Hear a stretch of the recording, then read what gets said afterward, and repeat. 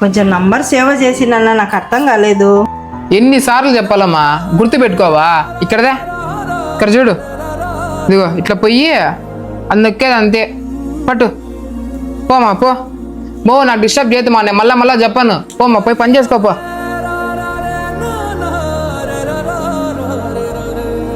మా ఇది నాకు అర్థం కాలేదు, కొంచెం చెప్పు మా. యాదే ఇదా?